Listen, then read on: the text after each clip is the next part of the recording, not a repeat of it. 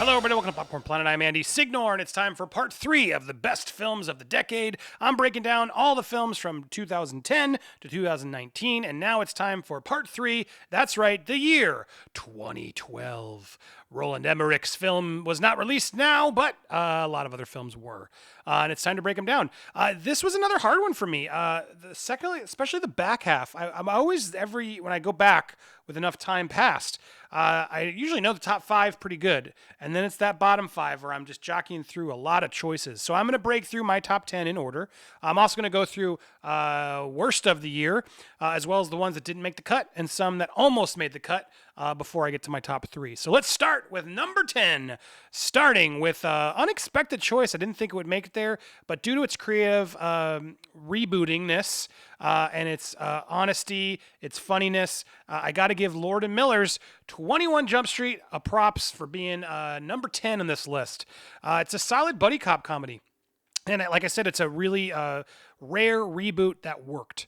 Jonah Hill, Channing Tatum are a great duo. Lord & Miller brought serious comedy to this. It just has realistic honesty to the action, which was not very often seen. But Jonah Hill does a lot of funny stuff, which is sort of trying to shoot the gun in slow-mo and making his jumps, and a lot of it just really funny and continues to be funny. Ice Cube is really great in this. Rob Riggle, Brie Larson was in this, I forget, as a high school student, way pre-Captain Marvel. And then that amazing cameo from Johnny Depp doing his OG 21 Jump Street character. It was just very clever. I just really like the film. The sequel has a few really funny parts as well, but I still think 21 Jump Street, definitely the best of the two. And beginning of Lord & Miller and their rise to being, such a funny duo, writer-directors. But this one, again, who would have thought a reboot of the Johnny Depp series from ages ago on Fox about teenagers going undercover could be turned into a really funny action comedy from Jonah Hill and Channing Tatum. It surprisingly works. It worked on the rewatch. I still found it funny. It's one of those ones that I wanted to rewatch again and laugh at. Guilty pleasure to put on, but still not feeling very guilty afterwards. It actually is a really enjoyable time. So number 10 on my list is 21 Jump Street. Now, jumping into number 9. Again, some of these choices might seem a little odd. I'm not going with the obvious Oscar choices. I'm going with the ones I like, the ones in my gut. So they may not agree with yours. Tell me what you think down below as I'm going through my list. But number 9, I do think is a respected film. A lot of you like it. You may forgotten it, but I went back, rewatched. It's a good film. Really clever. Speaking of clever concepts, such a brilliant, low-budget idea that is just shot really cleverly, exciting, tense. And of course, I am talking about Chronicle. From Josh Trank, written by Max Landis.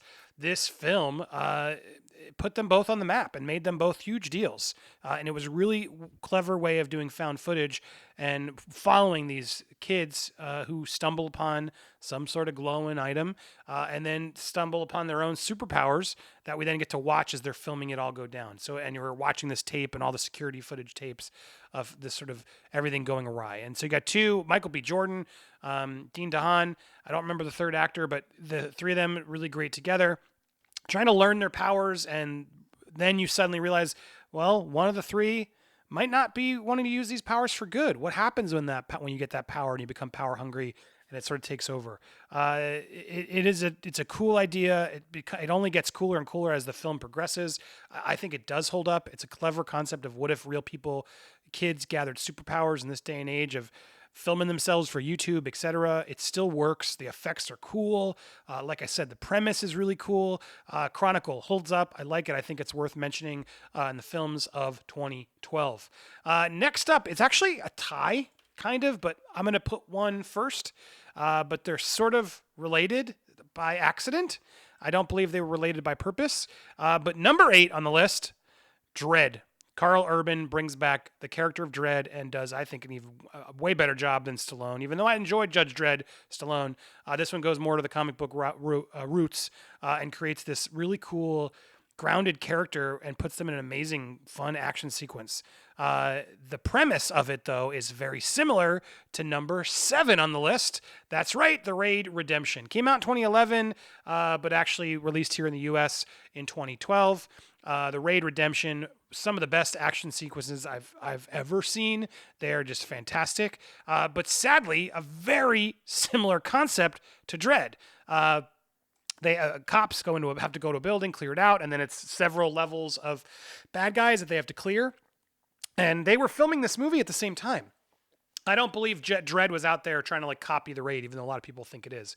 And it's hard to compare the two because they're actually both really fun. Dredd is a better character, overall, I would say a better movie. But the Raid wins slight edge for me just because the sequences are so cool. If you want to see martial arts fighting, the Raid, even Raid 2, but I think Raid Redemption is just a little bit more fun because it's a more grounded concept and plot. But Raid 2 has some amazing sequences. But Raid Redemption was just a game changer, I think, for martial arts. And then really, martial arts has been happening in a lot of other films. But in America, the Raid really set the tone. And then obviously with John Wick and everything else coming out, so many things inspired from the genre of the Raid that became so popular here in the States. I like them both a lot. But I think Carl Urban's character of Dredd, it's not to be forgotten. A lot of people sort of shrugged it off or compared it to a Raid knockoff. They both have a similar premise of bad guys going up the building, but don't knock off Dredd. Dredd is a great action film in itself, but ultimately I got to give the edge to the Raid just for the sequences overall, just a lot more exciting and action-packed. But two really great action films that dropped out in 2012. So far, really, I'm going with a lot of action on this list. That tends to be my genre, but there's some other dramas coming up on the list. Next up, a sci-fi action film with another clever premise. Notice I'm picking a lot of clever premises here, but Looper from Rian Johnson. People don't like Rian Johnson right now because of The Last Jedi, but I got to still give him props. He did a fantastic job with this movie. He got Bruce Willis to care again. When's the last time you saw Bruce Willis care in a movie? I'll tell you when. It was Looper. Joseph Gordon-Levitt as young Bruce Willis, the weird nose. It works, though. It's a really cool idea. The ideas of time travel in the movie are a little hard to follow, but they do at least try to establish their own movie rules. But that's also kind of what makes it fun in a rewatch because you're trying to learn and realize everything about it. And that's ultimately what put it a notch above the other ones of just sort of the surprise and world building in Looper was a little bit more interesting for me of rewatchability than the other ones I've listed so far. I think Rian Johnson made a really cool idea. Basically, if you don't know, he's a cop. Time travel is now illegal, but bad guys use time travel to sort of knock people off. And so he's like a time travel hitman and goes back to wipe people off of the timeline. But then at some point he has a job and it's his older self. And so then you got to sort of unfold, well, what does that mean? You got to put your disbelief a little bit at the door because if you're going to follow the other rules of movie time travel, this one definitely asks questions, but it does attempt to own them, again, like I said, for this movie's rules. So I applaud Rian Johnson for at least establishing his rules, making a really cool, fun sci-fi action that surprised, I think, everybody and still holds up. And there's a reason Rian Johnson, I think, deserves more respect than people give him, even regardless of the Last Jedi drama. Go rewatch Looper. It's a lot of fun. It's worthy of remembering as one of the best films of 2012. All right, next up, a drama. The first drama up here, number 5 on the list, comes from Ang Lee, and it's Life of Pi. Look, this is it's like a poem, really. It's a book, obviously, but there's so many ways to adapt this in your own mind of take what it means to you. But it's really about religion and your belief in God or in anything. And it's a really beautifully shot film. Really fantastic 3D movie. I remember in the theaters, this was in the heyday. 3D was clearly still happening and trying to be taken off because of the success of Avatar at the end of the last decade. And Life of Pi was a really fantastic drama and some stunning visuals. But the premise of Life of Pi, if you haven't seen it, is a boy is struggling with his own sort of beliefs and what religion to follow. He's raised Hindu, but then follows Christianity and then Islam. He's a writer comes and sort of is told that his life story, this kid Pi, would be a good story. And so he tells him the story. And he struggles with religion and decides he just wants to love God. His father owns a zoo. They go to sort of move to Canada, and they must transport the animals to there, and a storm hits this Japanese freighter that's taking them and the animals. Chaos ensues, and now suddenly Pi is stranded in the middle of the ocean with some of the animals, including Richard Parker, the tiger. a Bengal tiger, the tiger that he now must sort of attempt to not be eaten by. Again, stunning visuals, 3D story that actually really works of their survival at sea. Will they make it? Will they be able to coexist? Will they have to kill each other? It's just a really unbelievable but really inspiring story. And spoiler alert, it's hard to spoil this movie because it's all about your own interpretation. But at the end of the movie, after all these unbelievable but visually stunning and beautiful moments happen, he's telling the story to these insurance agents. And the insurance agents don't believe his story. So he begrudgingly is like, fine, it wasn't, the animals weren't there. It was my mom and the evil chef and the sailor. That's who I was really referring to. I was just trying to make it more, exciting. And they sort of, whatever, they leave. And then the writer sort of asks, like, well, which one is it? The similar parallels between the two. In that second story, first story, you are the tiger. What is it? And then he sort of asks which story the author prefers. And he chooses to believe the one with the animals, the first one. And Pi replies, and so it goes with God. It's this whole idea of proving religion, right? There's so many religions, and that's part of his problem in the book and early in the movie of which do you believe? How do you just follow one? There's ideas in all of them. And how do I believe the ones that seem kind of silly? This movie is sort of an allegory to that, of trying to prove that, what do you want to believe? Are we allowed to believe that he was stranded on that island with a tiger and that he made it out? That's the beauty of this film. It really challenges your own ideas. It's really well done by Ang Lee. And it's just impressive they were able to turn this into a movie and pull it off. So that ending, I think, annoyed a lot of people because it sort of makes you leave and it just sort of shows what kind of person you are. You're really like, well, wait a second. Did it happen or not? Or you leave understanding like, oh, whoa, well, wait a second. Yeah, I want to believe the first one. And that's really religion, if you really break it down, is your choice to believe or not. So whatever you choose to do, I think this movie really is an interesting and really beautiful question of that, and just challenging people that have believe whatever you want, live your life. And it's inspiring, beautifully shot, really great job by Ang Lee. It stuck with me still. Life of Pi is a great film. Coming in at number 4, I love this movie still. The sequel came out recently, not as good, but this one holds up. It's a really touching story. Disney's Wreck-It Ralph. I love it. John C. Reilly as Ralph is a wonderful character. I love. Why am I blanking her name? I just completely spaced on Sarah Silverman's Vanellope is such an amazing character as well. Love her in this. And Fix It Felix. Wreck-It Ralph is just a wonderful story, original story by Disney, putting you in the world of video games. And this could have been so hacky and easy, cheesy, and just turned into, here's all the cameos. But no, they decided to make a really touching story about it. A guy who's just angry, dealing with his own anger issues, and not being accepted in society.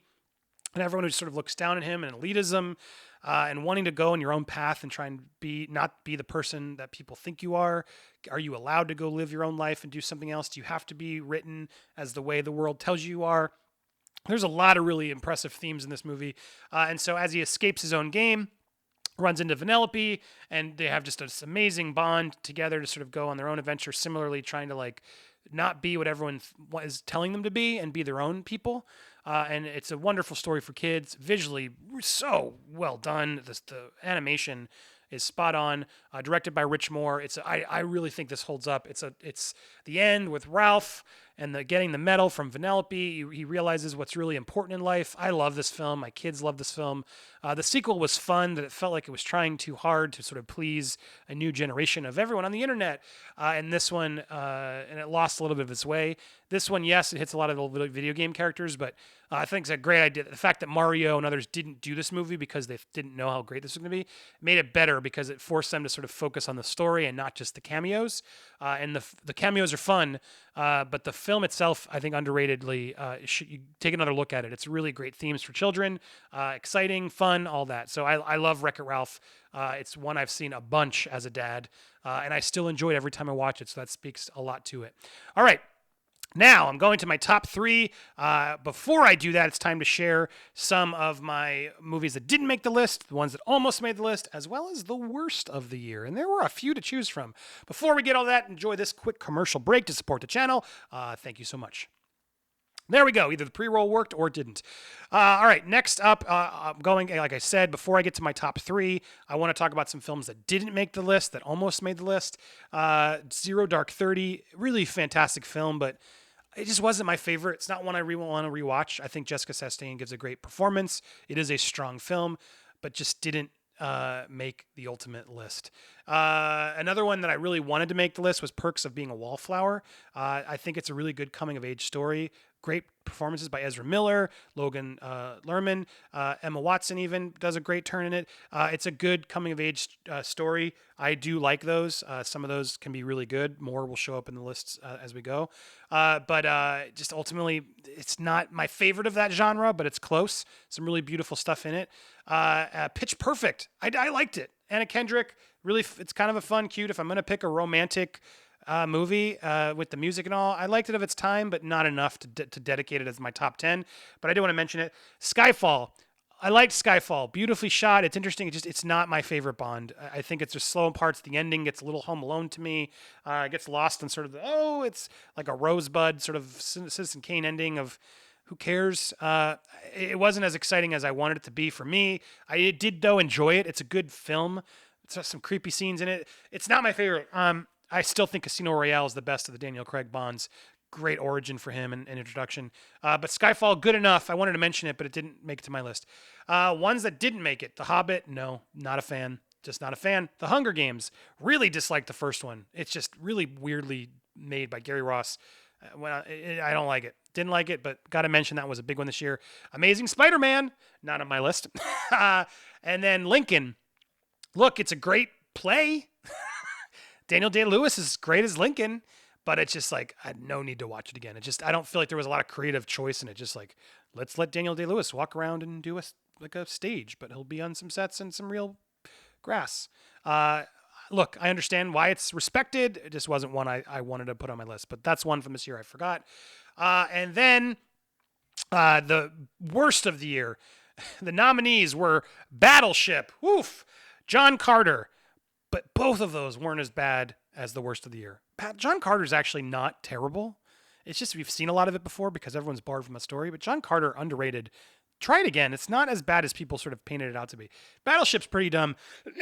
But it's trying. It's silly. Peter Berg does try some silly stuff with it. And I enjoyed it as sort of like a watch at home on a just on lazy day. But it's not great. Prometheus, also this year, still not the worst. The Dictator, close second. The Dictator with Sacha Baron Cohen is really bad. But the worst for me of that year of 2012, Johnny Depp and Tim Burton's Dark Shadows. Ugh. What a bore of a movie. Couldn't stand it. There's nothing redeemable for me. I hated it. A movie that's boring and unfunny when it's supposed to be like dark comedy with really Johnny Depp at the height of what he was supposed to be doing really great. And Tim Burton, this was just the beginning of more of disappointment in Tim Burton. Really, really, really disliked Dark Shadows. That's my worst of 2012. All right, let's get into the top 3 of 2012. All right, number 3. This one was originally wasn't on top of the list, and then as I've sat with it over the years, I didn't appreciate it when I saw it. I didn't go through. I matured myself over the past few years. I went crazy myself, and I think this movie is for all the crazy people out there. And the reality you learn is everybody's crazy, and this is just filled with amazing performances, wonderful script. I'm talking about Silver Linings Playbook. Bradley Cooper and Jennifer Lawrence were just born for these roles. They were both fantastic in them. Think what you will about Jennifer Lawrence, but she has some amazing scenes in this movie. So does Bradley Cooper. Two of them play off each other so well, and they're such a great chemistry.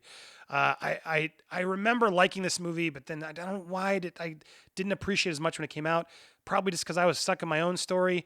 Now, with the hindsight of several years and going through my own issues, I relate a lot more to this movie. Some amazingly darkly funny, touching scenes, wonderful performances. I really love the scene, the Eagles Juju scene. As a Philadelphia Eagles fan myself, that scene where De Niro's yelling at Bradley Cooper, "You're a loser!" And then they lost because of you. And now we suddenly realize we've seen these movies, Bradley Cooper and Jennifer Lawrence are crazy, as they call them, on their own ways. But then we just, obviously everyone in the movie has their own version of it. And Robert De Niro's got his own crazy, weird obsessions and blamed him for the loss of the game. And then Jennifer Lawrence storms into that room and gives that scene. It's such a great, incredible, fun scene, explaining how actually no, I didn't ruin the juju of. He goes, he's been winning every time, and the whole family's like, oh well, she got you there, dude. She got you there. It's just there's a lot of those like really great moments of Bradley Cooper always just saying something honest and offensive, socially awkward. Jennifer Lawrence just mean, says what she thinks, and these two people sort of find each other at their darkest points in life and realizing that they do need someone and they need each other and they need to move on, and they are doing this dance competition to sort of keep it going. And it's just a really beautiful story of characters, two human characters, great performances, wonderful script, touching, heartfelt, all of that. I really think this movie has gotten better over the years. Personally, I like it. It was worth the rewatch. I implore you give it a rewatch as well. Silver Linings Playbook almost made it higher, but I just love the first two even more than that. Number two on the list. Look, this movie came out, the day of this movie's release was going to be the day my first son was going to be born, May 4th, 2012. That is the birth date of my boy, Sawyer. Love you, buddy. And I was literally worried because I was like, oh my God, if I'm going to have to leave his mom in the hospital to go see this movie because it was the Avengers. I've been waiting forever. Oh my God, they're finally on screen together. Luckily, I had a really nice guy, Disney, hooked me up and got me in early so I could avoid and go to the hospital and have the joy of my son's birth without worrying about when I was going to see the Avengers.